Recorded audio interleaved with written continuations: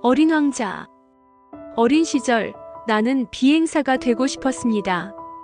하지만 어른들은 내 그림을 이해하지 못했죠. 내가 그린 것은 코끼리를 삼킨 보아뱀이었습니다. 하지만 어른들은 그걸 모자라고 생각했어요. 그때부터 나는 그림을 그리는 꿈을 포기하고 현실 속의 어른이 되었습니다. 몇 년이 지나 나는 비행사가 되었습니다. 그러던 어느 날 사하라 사막을 비행하다가 사고로 불시착하고 말았습니다. 그리고 그곳에서 작은 소년 어린 왕자를 만나게 되었습니다. 어린 왕자는 내게 부탁했어요. 양 한 마리만 그려줄래? 그때부터 나는 이 특별한 소년과 이야기를 나누게 되었죠. 어린 왕자는 자신이 소행성 B-612에서 왔다고 말했습니다. 그곳에는 3개의 화산과 단 하나의 장미꽃이 있었습니다. 그 장미는 세상에서 가장 소중한 존재였죠. 하지만 장미의 변덕과 어린 왕자의 미숙함은 그를 상처 입히고 말았습니다. 그래서 어린 왕자는 장미를 떠나 여행을 시작했습니다. 여행 속에서 그는 6개의 별을 방문했습니다. 첫째 별에는 명령만 내리는 왕이 있었고, 둘째 별에는 칭찬받기를 원하는 허영심 많은 사람이 있었죠.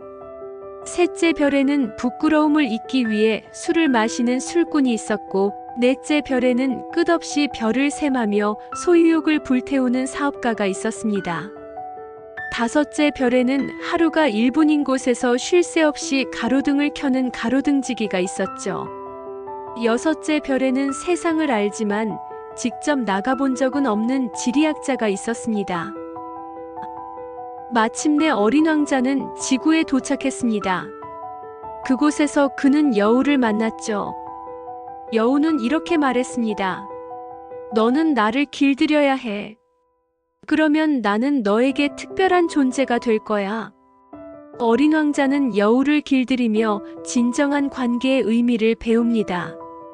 그리고 여우는 어린 왕자에게 중요한 가르침을 줍니다. 가장 중요한 것은 눈에 보이지 않아. 마음으로 보아야 해.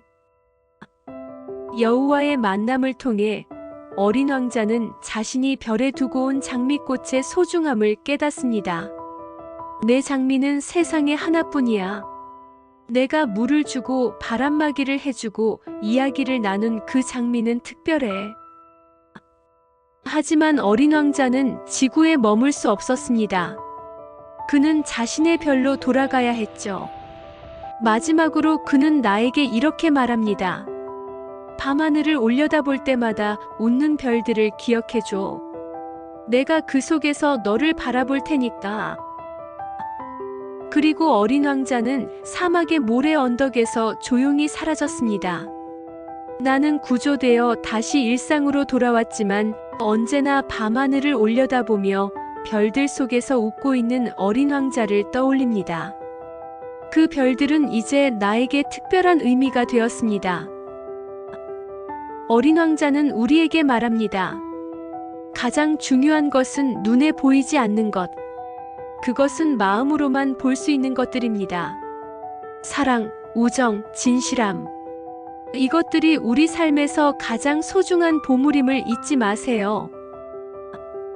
여러분, 현재 여러분이 어디에 있든 어떤 상황에 처했든 여러분은 모두 소중하고 귀한 존재입니다. 그리고 밤하늘을 올려다볼 때 별들 속에 웃고 있는 어린 왕자를 떠올려 보세요.